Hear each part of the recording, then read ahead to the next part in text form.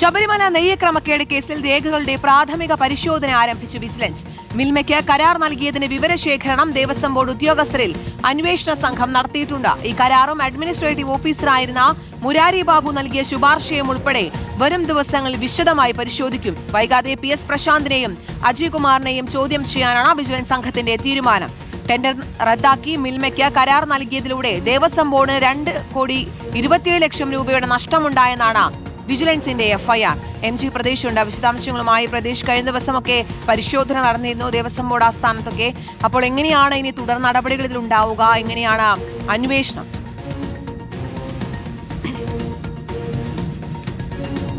കീർത്തന, ശബരിമല മിൽമ നെയ്യ് ക്രമക്കേടിൽ കേസെടുത്തതിന് പിന്നാലെ ഇന്നലെയാണ് ഈ വിജിലൻസ് സംഘം ദേവസ്വം ബോർഡ് ആസ്ഥാനത്ത് എത്തുകയും വിവരങ്ങൾ ശേഖരിക്കുകയും ചെയ്തിട്ടുള്ളത്. മുൻ ഭരണസമിതിയുടെ കാലത്താണ് ഈ ഇടപാട് നടന്നത്. അതുകൊണ്ട് തന്നെ PS പ്രശാന്ത് പ്രസിഡന്റ് ആയിരുന്ന കാലത്തെ രേഖകളാണ് പ്രധാനമായും അന്വേഷണ സംഘം തേടിയിട്ടുള്ളത്. അന്നത്തെ എക്സിക്യൂട്ടീവ് ഓഫീസറായിരുന്ന മുരാരി ബാബുവാണ് ഇത്തരത്തിലൊരു ടെൻഡർ നൽകാമെന്ന ശുപാർശ ബോർഡിന് മുന്നിൽ വയ്ക്കുന്നത്.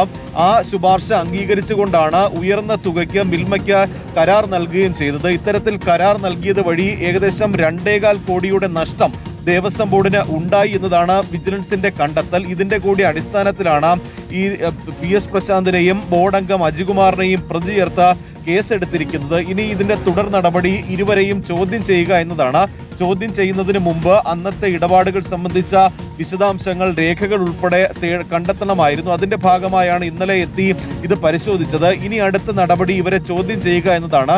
നിലവിൽ ശബരിമല സ്വർണ്ണക്കൊള്ള കേസിൽ ജയിലിലാണ് PS പ്രശാന്തും അജികുമാറും. അങ്ങനെയെങ്കിൽ ജയിലിലെത്തി ഇരുവരെയും ചോദ്യം ചെയ്യാനുള്ള ഒരു നീക്കമാണ് ഈ വിജിലൻസ് സംഘം നടത്തുക. വരും ദിവസങ്ങളിൽ അത്തരത്തിൽ ഒരു നടപടി അന്വേഷണ സംഘത്തിന്റെ ഭാഗത്ത് നിന്ന് ഉണ്ടാകും. എന്തായാലും പ്രാഥമിക പരിശോധനയിൽ തന്നെ വലിയ തിരിമറി ക്രമക്കേടുകൾ നടന്നുവെന്ന് കണ്ടെത്തിയിട്ടുണ്ട്. 2 സംശയങ്ങളാണ് വിജിലൻസിന് മുന്നിലുള്ളത്. ഒന്ന്, ഗുണമേന്മ ഉള്ള നെയ്യ് ശബരിമലയിൽ കൊടുത്തുവിട്ടപ്പോൾ അത് മറിച്ച് വിറ്റ് ഗുണമേന്മ കുറഞ്ഞ നെയ്യ് ശബരിമലയിൽ എത്തിച്ചു. ഇതുവഴി വലിയ സാമ്പത്തിക നേട്ടമുണ്ടാക്കി എന്നതാണ് പ്രധാനമായും കണ്ടെത്തിയിട്ടുള്ള കാര്യം. ഒപ്പം ഈ കുറഞ്ഞ തുകയ്ക്ക് സ്വകാര്യ കമ്പനി ടെൻഡർ നൽകാമെന്ന് പറഞ്ഞിട്ടും ആ ടെൻഡർ ഒഴിവാക്കി ഉയർന്ന തുകയ്ക്ക് മിൽമയിൽ നിന്ന് ടെൻഡർ വാങ്ങി. ഇതുവഴിയും സാമ്പത്തിക നഷ്ടമുണ്ടായി. ഇത്തരത്തിൽ 2 കാര്യങ്ങളാണ് പ്രധാനമായും വിജിലൻസ് സംഘം പരിശോധിച്ചു വരുന്നത്.